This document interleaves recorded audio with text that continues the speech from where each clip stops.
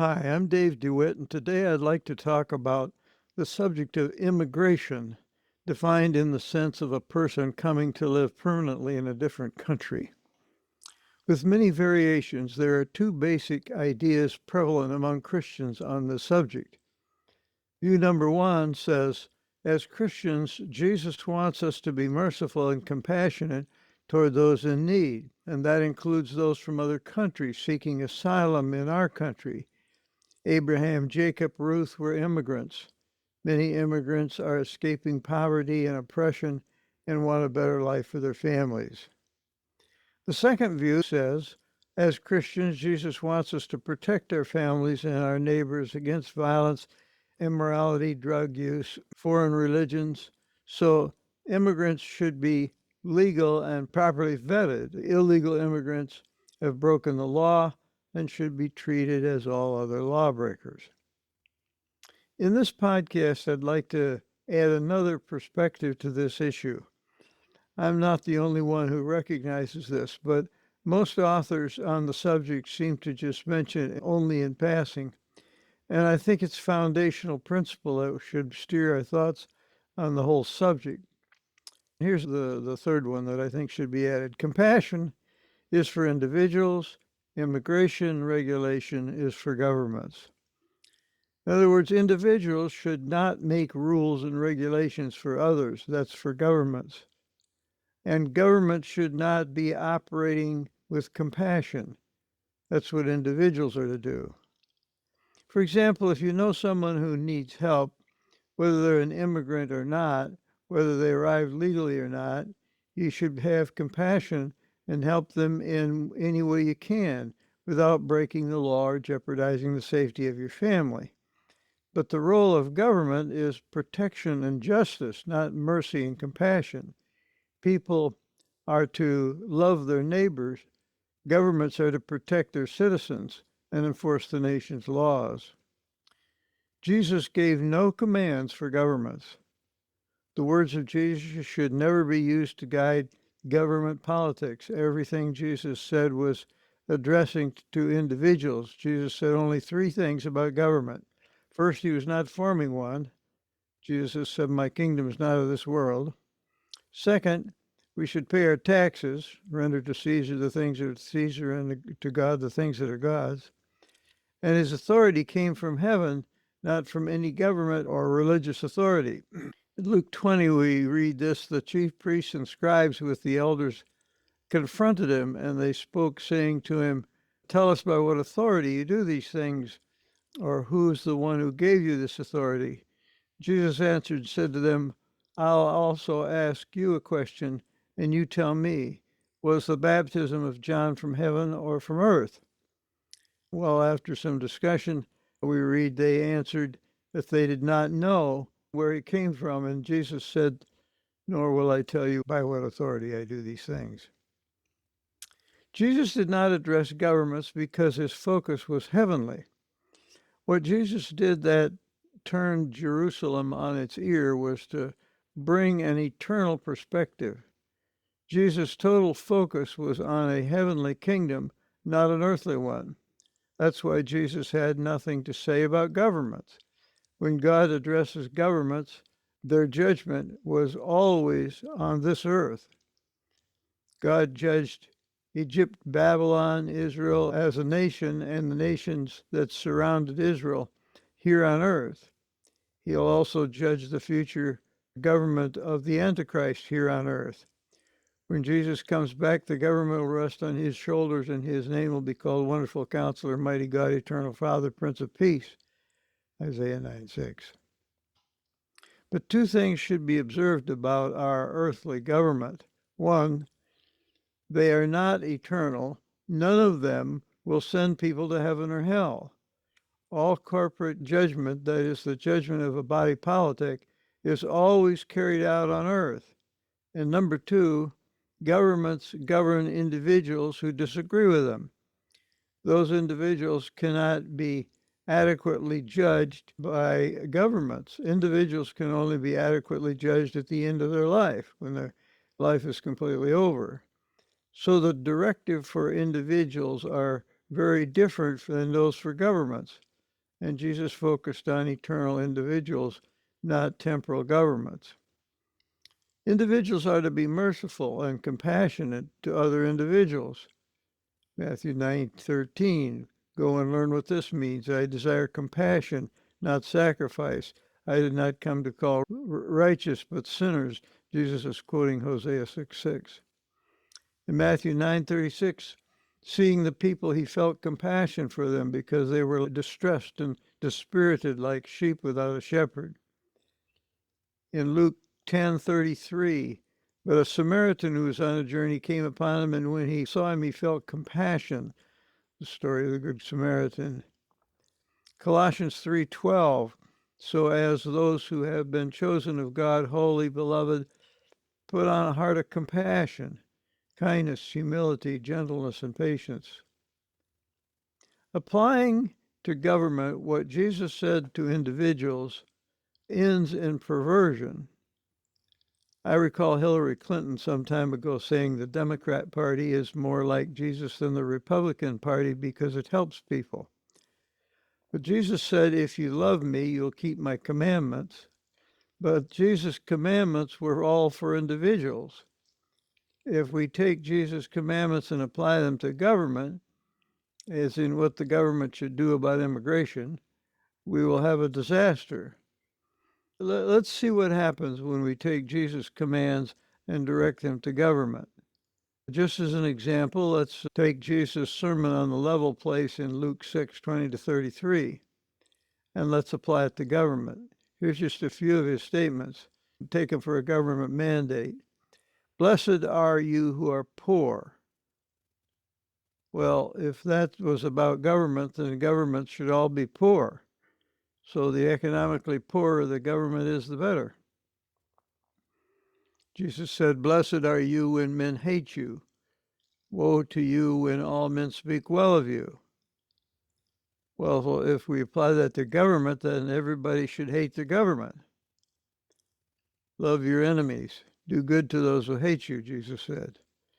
If that's about government, our government should do good to terrorists, dictators, genocidal maniacs, and anyone else that hates the government and is trying to destroy us.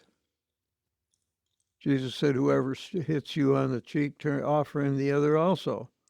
And whoever takes away your coat, do not withhold your shirt from him either. So when Osama bin Laden attacks the Twin Towers in New York, we should offer him the Empire State Building as well. Obviously, if we direct Jesus' commands to governments, we have a disaster. The apostles saw government as responsible for justice. Peter wrote, submit yourself for the Lord's sake to every human institution, whether to a king as the one in authority or governors as sent by him for the punishment of evildoers and the praise of those who do right. Paul said essentially the same thing to the Romans in chapter 13, 3 and 4. Like Jesus, the apostles had no advice for governments.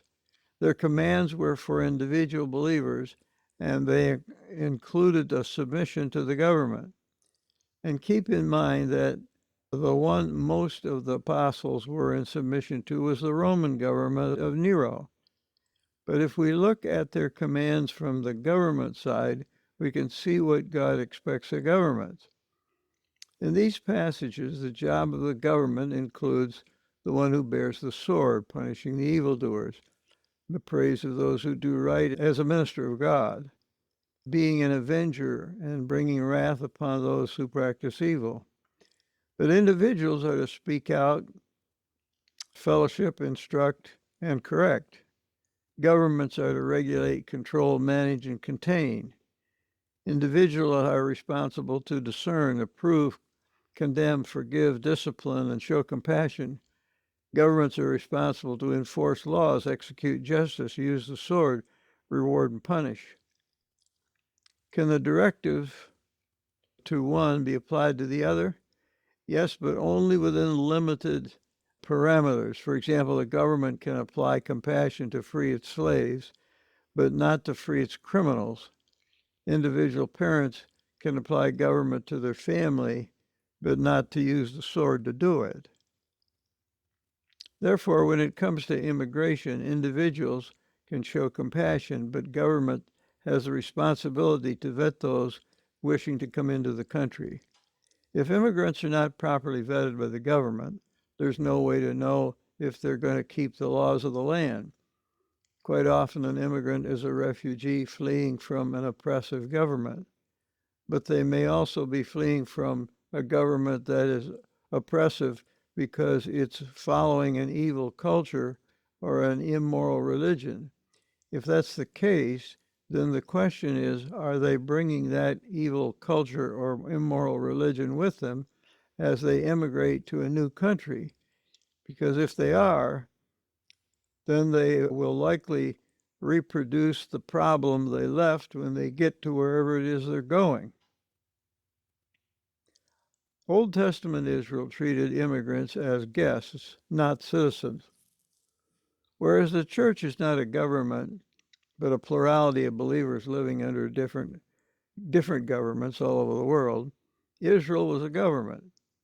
So what can we learn from God's commands to the nation Israel about immigration? First of all, we must say that the immigrants living in Israel were not exactly the same as the immigrants into our country, since Israel was a racially oriented theocracy. Foreign immigrants were never completely assimilated. The closest Hebrew word to immigrant is a common Hebrew word, gar, G-E-R in English, gar, usually translated alien or aliens or sojourners, strangers. Here's the three relevant principles. No gar, immigrant, was to be immediately assimilated into the nation, especially if they had a history of treating Israel poorly. And Deuteronomy 23, 3 and 4, no Amorite or Moabite shall enter the assembly of the Lord. None of their descendants, even to the 10th generation, shall enter into the assembly of the Lord, because they did not meet you with food and water on the way when you came out of Egypt, and because they hired against you Balaam the son of Beor in Mesopotamia to curse you. Number two, no immigrant, ger, was to be treated unjustly just because they came from a different country or were of a different race. The government was to instruct its citizens to support every immigrant, the one who needed support, as they would their own, orphans and widows. Deuteronomy 24, 17 and 18 says, "You shall not pervert the justice due an alien or an orphan, but you shall remember you were slaves in Egypt, and the Lord your God redeemed you from there." Ezekiel 22:29 says, "The people of the land have practiced oppression and committed robbery, and they've wronged the poor and the needy, and have oppressed the sojourner." There's our word gar again, without justice. 3, every immigrant who immigrated into the nation was to keep the religious customs of the nation. They were not allowed to import their religious customs. In Exodus 20:10, "But the seventh day is a Sabbath of the Lord your God. In it you shall not do any work, you or your son or your daughter or your male or your female servant or your cattle or your sojourner who stays with you." Well, in conclusion, individuals should treat immigrants as they would any neighbor. Immigration policies are to be determined by governments. Christians should not expect or encourage their governments to follow the compassion-oriented commands of Jesus or the apostles, because those were given to individual believers, not governments. If we see Jesus' commands as turning the other cheek, loving your enemy, and giving to those who hate you as pertaining to government, then government would not carry out its two prime objectives of protecting the people and defending justice written into its laws. So as a conclusion, compassion is for individuals, immigration regulation is for government. Well, thanks for listening. If you want a longer paper on this, my immigration paper is on our website, relationalconcepts.org.